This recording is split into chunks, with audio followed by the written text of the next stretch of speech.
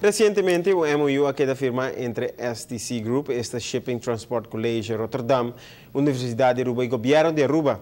En maio de 2013, o governo de Aruba acerca STC Group, que é uma instituição renombrada no mundo e está especializada em transportação aérea, arriba-terra e lamang. O fundador de STC Group a compartilhar a visão do governo de Aruba para criar de 3 pilares econômicos do futuro.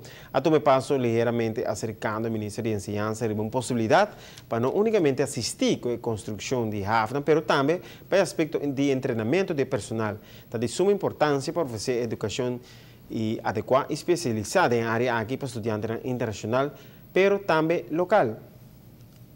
Voor twee belangrijke objectives, twee belangrijke doelstellingen. Eén is dat wij een studie hebben gedaan samen met Ernst & Young, waarin gebleken is dat er een enorme behoefte is in Zuid-Amerika en in de contraien voor kennis op zeer specifiek gebied.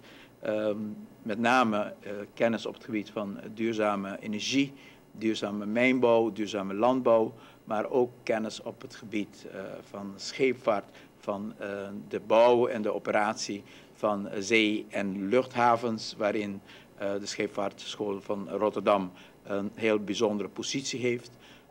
Wij hadden de haven Rotterdam bezocht in onze excursie ook om Nederlandse instellingen en ondernemingen aan te trekken naar Aruba.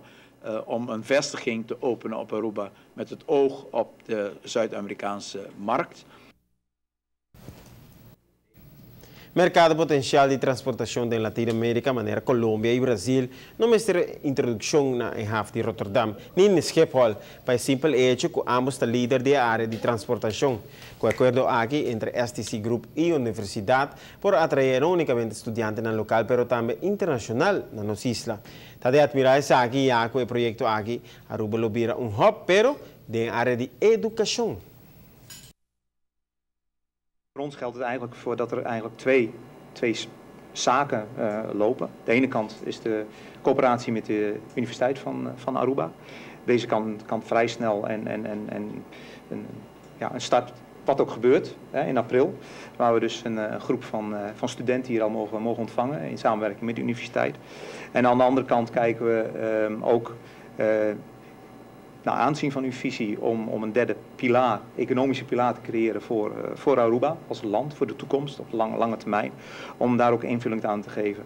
Dat betekent als u als land zoiets wil realiseren, u andere industrie daar zo wil aantrekken en om een andere industrie daarvoor aan te trekken betekent dat u ook een andere workforce moet hebben.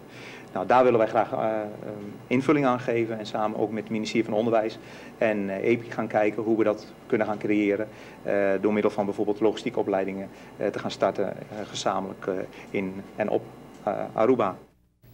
Lo inicia com um projeto piloto na abril de 2014, onde estudantes de Uruguai, Chile, Colômbia e Indonésia hasta lo assisti Universidade de Aruba. Durante o período aqui, lo observa que benefício na Aruba tem oferecendo nos islas como hub para transportação.